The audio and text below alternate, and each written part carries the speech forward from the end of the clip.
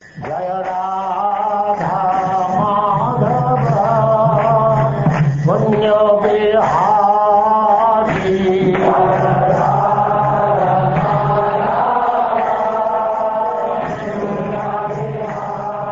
And now chapter 18. Prthu Maharaj milks the earth planet.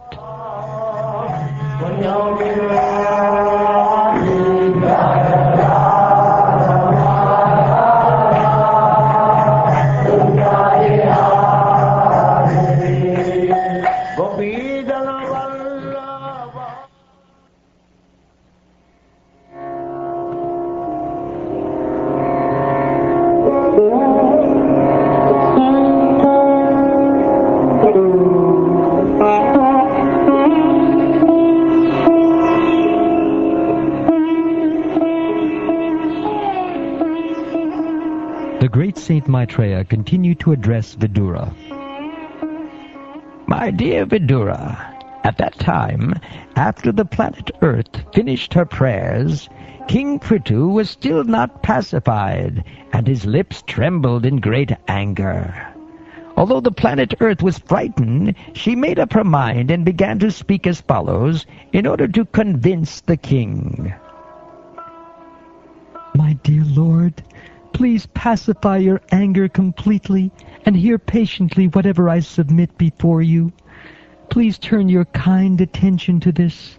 I may be very poor, but a learned man takes the essence of knowledge from all places, just as a bumblebee collects honey from each and every flower.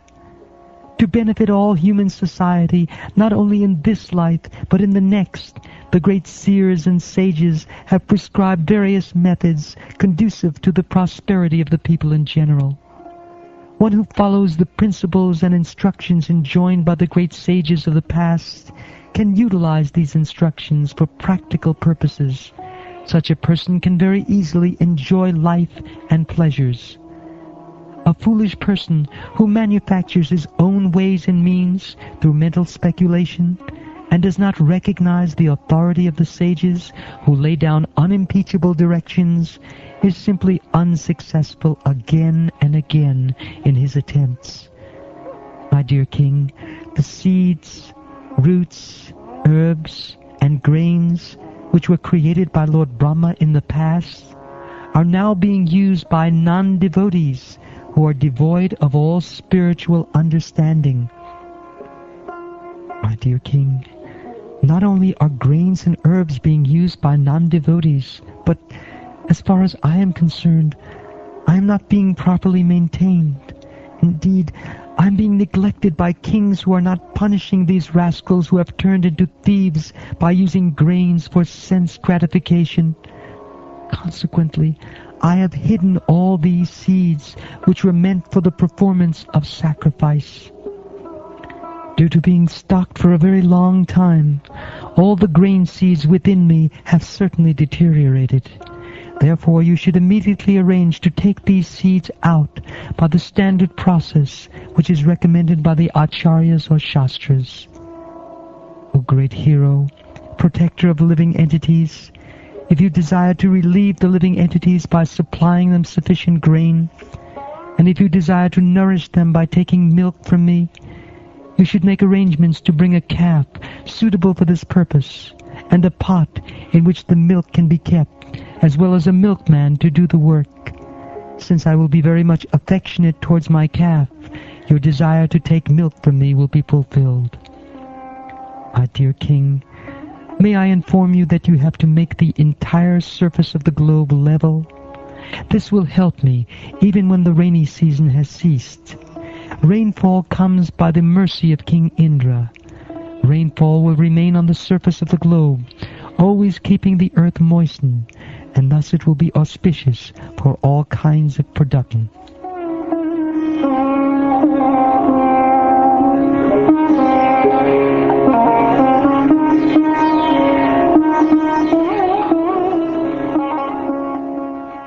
After hearing the auspicious and pleasing words of the planet Earth, the king accepted them. He then transformed Swayambhuva Manu into a calf and milked all the herbs and grains from the earth in the form of a cow, keeping them in his cupped hands. Others, who are as intelligent as King Prthu, also took the essence out of the earthly planet. Indeed, everyone took this opportunity to follow in the footsteps of King Prthu and get whatever he desired from the planet Earth. All the great sages transformed Brihaspati into a calf, and making the senses into a pot, they milked all kinds of Vedic knowledge to purify words, mind, and hearing. All the demigods made Indra, the king of heaven, into a calf, and from the earth they milked the beverage soma, which is nectar. Thus they became very powerful in mental speculation and bodily and sensual strength. The sons of Diti and the demons transformed Prahlad Maharaj, who was born in an Asura family, into a calf, and they extracted various kinds of liquor and beer, which they put into a pot made of iron. The inhabitants of Gandharva-loka and Apsara-loka made Vishvasu into a calf, and they drew the milk into a lotus flower pot. The milk took the shape of sweet musical art and beauty. The fortunate inhabitants of Pitraloka, who preside over the funeral ceremonies, made Aryama into a calf. With great faith they milked Kavya, food offered to the ancestors, into an unbaked earthen pot. After this, the inhabitants of Siddhaloka, as well as the inhabitants of Vidyadharaloka, transformed the great sage Kapila into a calf, and making the whole sky into a pot, they milked out specific yogic mystic powers, beginning with Anima. Indeed, the inhabitants of Vidyadharaloka acquired the art of flying in the sky. Others also, the inhabitants of planets known as Kimpurusha Loka, made the demon Maya into a calf, and they milked out mystic powers by which one can disappear immediately from another's vision and appear again in a different form.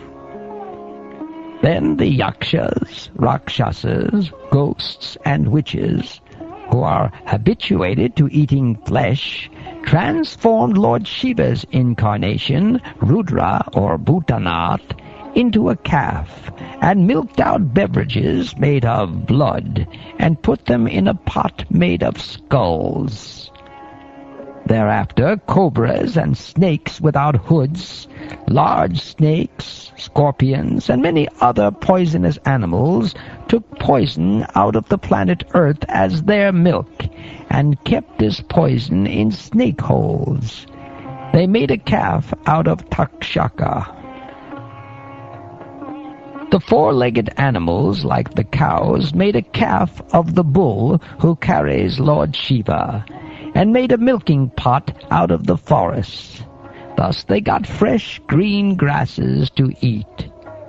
Ferocious animals, like tigers, transformed a lion into a calf, and thus they were able to get flesh for milk. The birds made a calf out of Garuda, and took milk from the planet Earth in the form of moving insects and non-moving plants and grasses. The trees made a calf out of a banyan tree, and thus they derived milk in the form of many delicious juices. The mountains transformed the Himalayas into a calf, and they milked a variety of minerals into a pot made of the peaks of hills. The planet Earth supplied everyone his respective food. During the time of King Prthu, the earth was fully under the control of the king. Thus all the inhabitants of the earth could get their food supply by creating various types of calves and putting their particular types of milk in various pots. My dear Vidura, chief of the Kurus, In this way, King Prthu and all the others who subsist on food created different types of calves and milked out their respective edibles. Thus they received their various foodstuffs, which were symbolized as milk. Thereafter, King Prthu was very satisfied with the planet Earth, for she sufficiently supplied all food to various living entities. Thus he developed an affection for the planet Earth, just as if she were his own daughter. After this, the king of all kings, Maharaja Prthu, leveled all rough places on the surface of the globe by breaking up the hills with the strength of his bow. By his grace, the surface of the globe almost became flat. To all the citizens of the state, King Prthu was as good as a father. Thus he was visibly engaged in giving them proper subsistence and proper employment for subsistence. After leveling the surface of the globe, he earmarked different places for residential quarters, inasmuch as they were desirable. In this way, the king founded many types of villages, settlements, and towns, and built forts, residences for cowherdsmen, stables for the animals, and places for the royal camps, mining places, agricultural towns, and mountain villages. Before the reign of King Prthu, there was no planned arrangement for different cities, villages, pasturing grounds, etc. Everything was scattered, and everyone constructed his residential quarters according to his own convenience.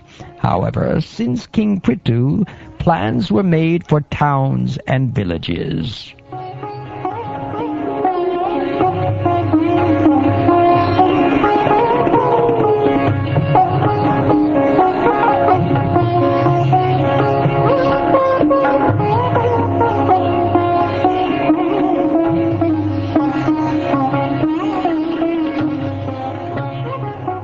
Thus ends the 18th chapter of the 4th canto of the Śrīmad-Bhāgavatam, entitled Prthu Maharaj Milks the Earth Planet.